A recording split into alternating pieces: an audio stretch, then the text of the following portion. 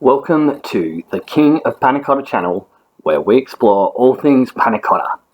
Today I'll be showing you how to make ANZAC Panna Cotta, a modern twist on the classic ANZAC biscuit. If you don't know what an ANZAC biscuit is, there's plenty of information about its history that you can find with a quick Google search.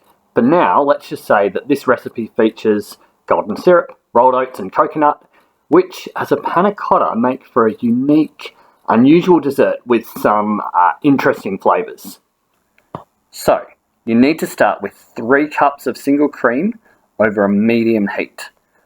Once you've brought it to the boil, remove it from the heat and stir in 85 grams or 3 ounces of golden syrup.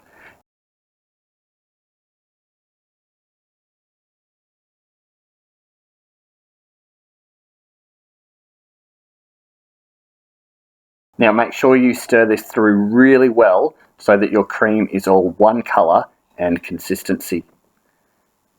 Next, you'll need to follow the packet directions on your packet of gelatin leaves. I'm using 3 platinum strength leaves, but if you're using a different strength leaf, I've got a guide in the description for how many you should use. Once they're soaked and ready, stir them through the cream. Now it's time to grease your dariole moulds. Depending on their size, you'll probably need 6 or 7. I get the best results when I use a spot of olive oil and just spread it all around with my finger. Now make sure that the entire inside of the mould is oiled, and then you can just pour in the cream almost to the top of each mould. Pop them in the fridge for an hour, then cling wrap each one individually and return it to the fridge for at least another 3 hours. Now whilst they are setting, we can prepare our syrup and our crunchy bits. First, turn your oven to 180 degrees Celsius, which is 360 Fahrenheit, and while it's heating up, we'll make our syrup.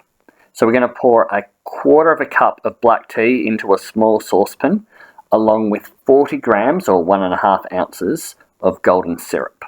We'll bring that to the boil, reduce it to a simmer, stirring occasionally until the volume reduces to about half. Then we'll transfer it to another container and refrigerate it. Line a baking sheet with baking paper and sprinkle over rolled oats in a single layer.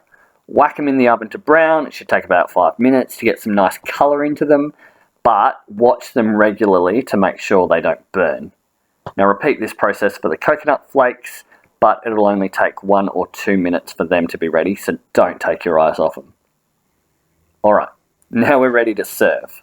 So we'll start with the panna cotta, give the mould a good squeeze and see if that creates a bubble between the cream and the side of the mould. If it doesn't, like it hasn't for me, just use your thumb to gently pull the cream away from the edge. Once you see that bubble, invert the panna cotta onto your plate and pull off the mould. Then you can spoon over some tea syrup. You'll only need a teaspoon or 1.5 teaspoons because this is very strong sweet stuff.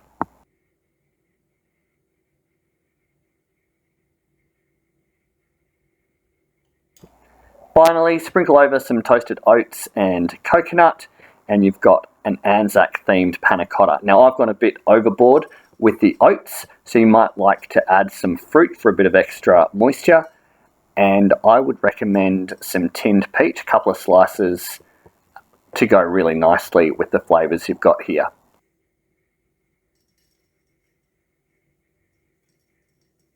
Let me know in the comments how you liked this panna cotta, what tweaks you made, or what flavour of panna cotta you'd like me to feature next. Happy panna cottaing!